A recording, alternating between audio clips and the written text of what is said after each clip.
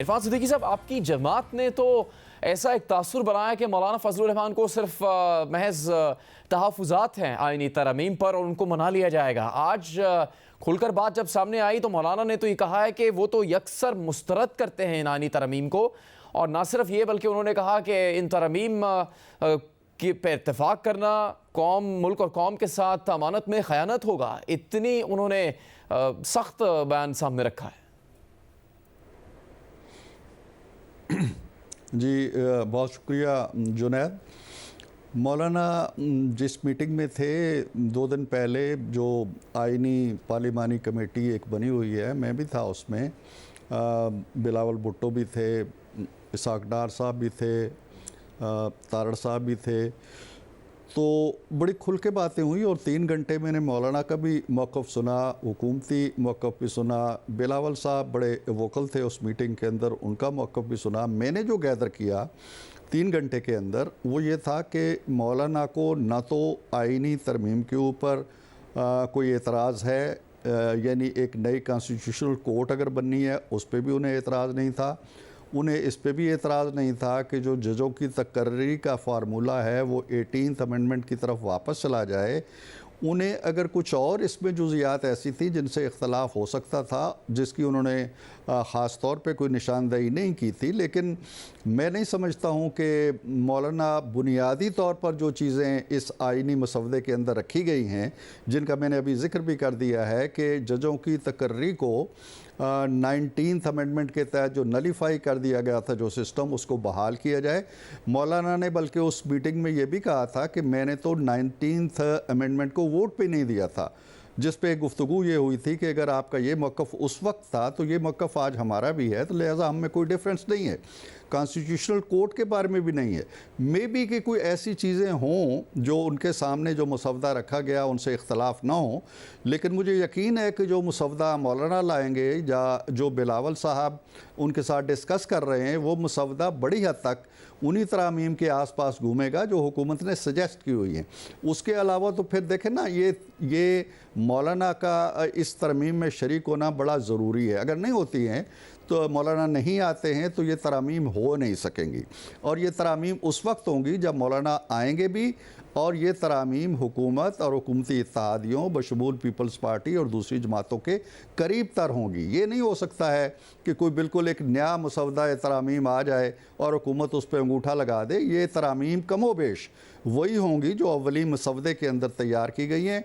मुमकिन है कि उनके अंदर से बाज़ चीज़ें निकाल दी जाएँ, बाज़ चीज़ें ऐड कर दी जाएँ, लेकिन फोकल पॉइंट यही है कि क्या एक कॉन्स्टिट्यूशनल कोर्ट बननी है, क्या हम जजों की तकर्री का जो निज़ाम है इसको 2018वीं तरमीम जो 2010 में गालबन हमने मंजूर की थी उसकी तरफ वापस जाते हैं या नहीं जाते हैं। ये 2 बुनियादी निकात है, और मैं नहीं समझता हूँ कि मौलाना का अगर कोई मसवदा आएगा तो वो इनसे कोई मावरा होगा।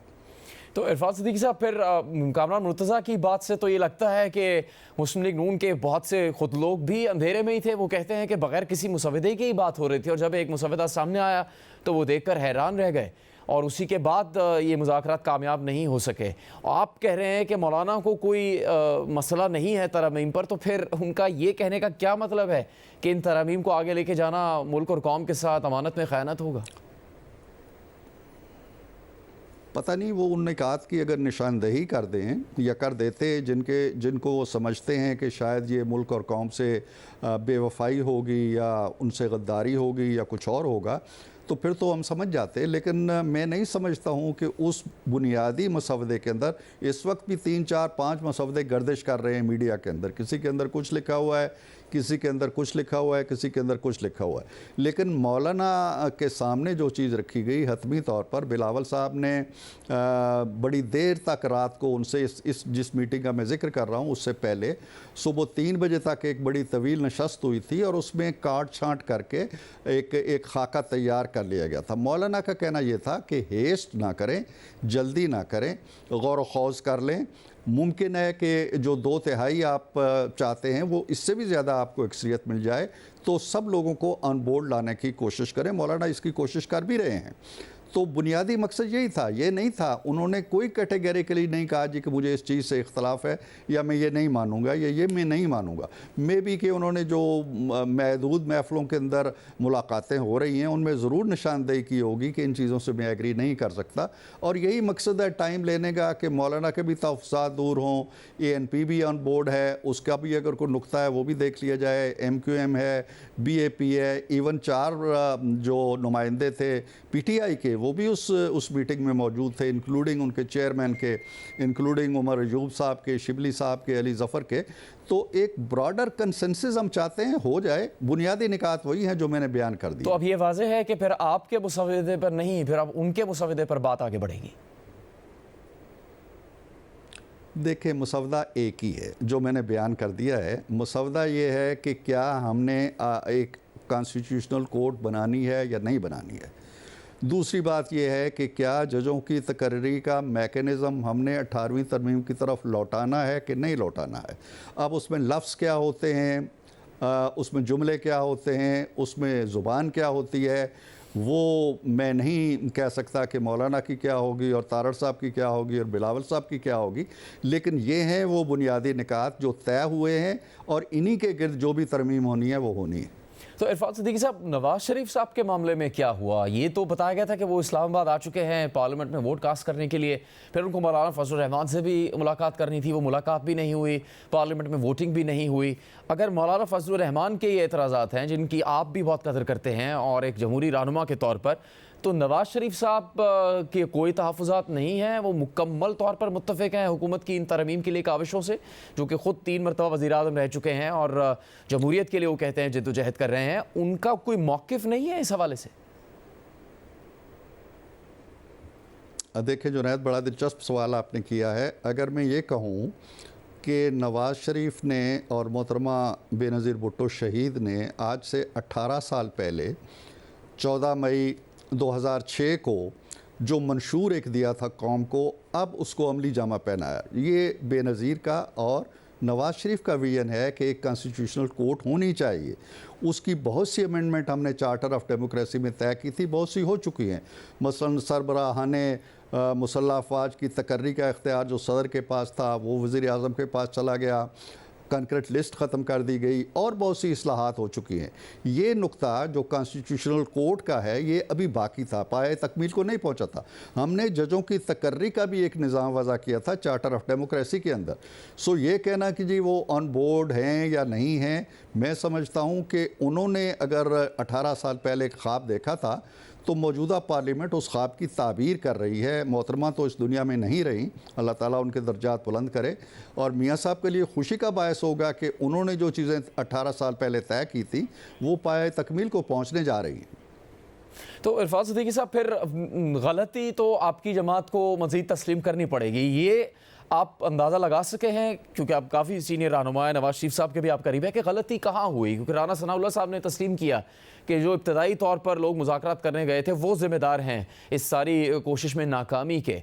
और अभी हम कामरान मुर्तज़ा साहब से पूछ रहे थे कि नवाज शरीफ साहब ने उनसे मुलाकात के लिए आना था, तो उस पर तो उन्होंने ये कहा कि वो मुलाकात तय नहीं हुई थी, लेकिन आगे बढ़कर उन्होंने कहा कि शहबाज शरीफ साहब के बारे में भी कहा जा रहा था कि वो एक और मुलाकात के लिए आ रहे हैं और बहुत जल्दी या आनन फानन आ रहे हैं, जिस पर मौलाना फजल रहमान ने खफगी का इजहार किया कि इस तरह मुनासिब नहीं लगता कि वज़ीर आज़म बार बार मेरे घर आएँ और वो मुज़ाकरात को इसका नतीजा ना निकले और इनकार हो। तो उनको ये परवाह थी कि वज़ीर आज़म का क्या प्रोटोकॉल होना चाहिए, किस तरह आपकी जमात को नहीं अंदाज़ा हो रहा था कि क्या गलती हो रही है और उनसे पहले बात ही नहीं की थी?